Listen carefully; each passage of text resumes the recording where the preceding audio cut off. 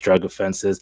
And a few years before that, you have the Rodney King riots, the LA riots, and you just have the public sentiment, especially for Black people or against the police, was represented in that song "F the Police." Like it reflected really the reality of the Black African Americans and just Black people just in general, because you feel like you're getting disproportionately singled out by the police. And there's a bar in there in "F the Police" that goes the authority, like they have the authority to shoot a minority. Like that was really the feeling, like the African Americans. And now you fast forward it to now, and that is still a rallying cry. So in a way, it also shaped the culture. Yeah. Talk a bit about what you think about that. Honestly, like music, I want to go with artists. That's where I want to go. Like, let me use someone from my country, right? For example, Sarkodie. Sarkodie is let me not say one of, he's the biggest rapper in Ghana. And anytime there's a crisis, anytime there's some kind of anything that shakes the country up, Sarkodie is always amongst the first people to release a track, not to release a statement, not to release some kind of video about him like giving his inputs on the matter or whatever. It's always a track, and the track says it all. Like whatever the masses are saying is within the track.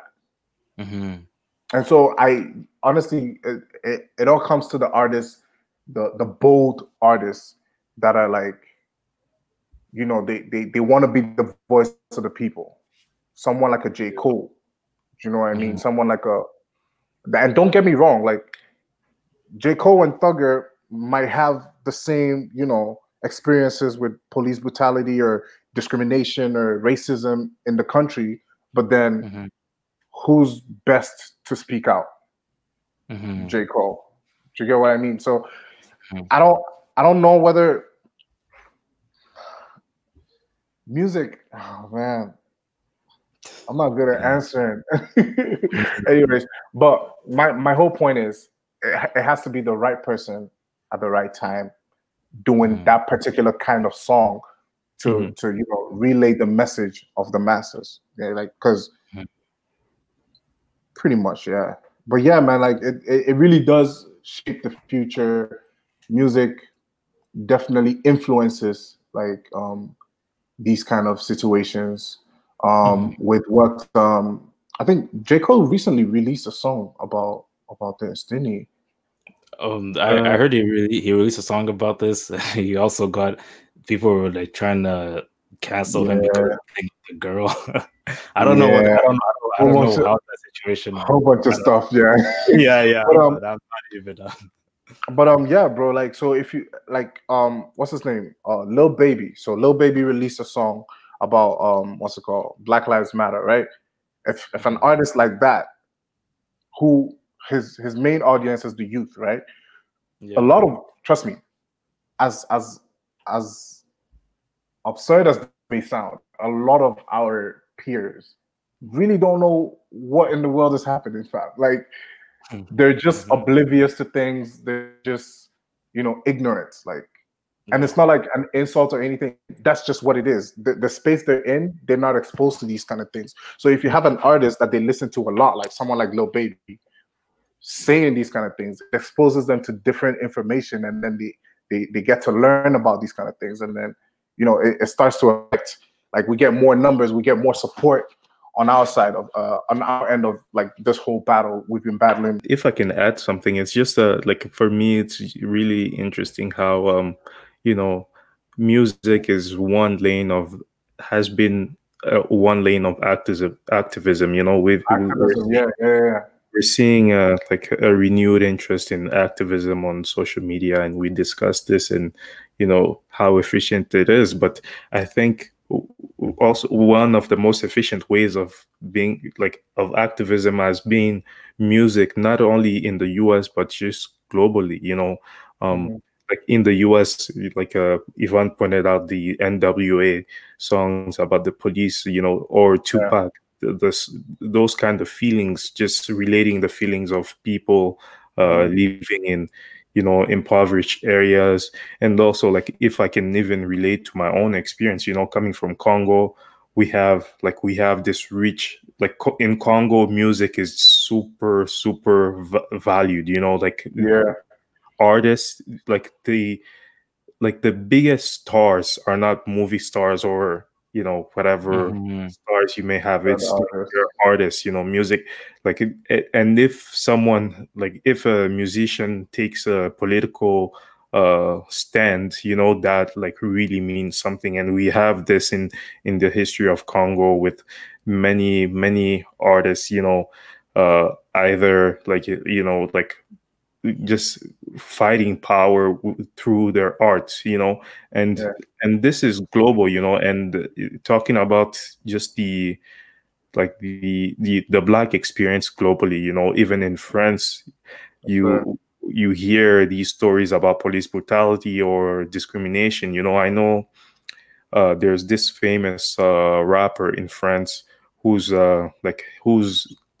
he's the child of one legendary singer in Congo, you know. So because obviously, you know, Europe and Africa have these links because of colonialism. So a lot of Africans end up in Europe and they influence the culture. But the rappers Youssoufa, and there's this term in French, in the French rap, which calls le rap conscient, which is like, it's like conscious rap, you know. So that's more so like an activism sort of rap. There's many of these artists, you know, and it's really incredible how just music can become one of those effective lanes. Because obviously, as you were talking, you know, many of the youth don't know much of what's happening in the world. It's not like they don't watch too much news or whatever. And I've been there, you know, like I can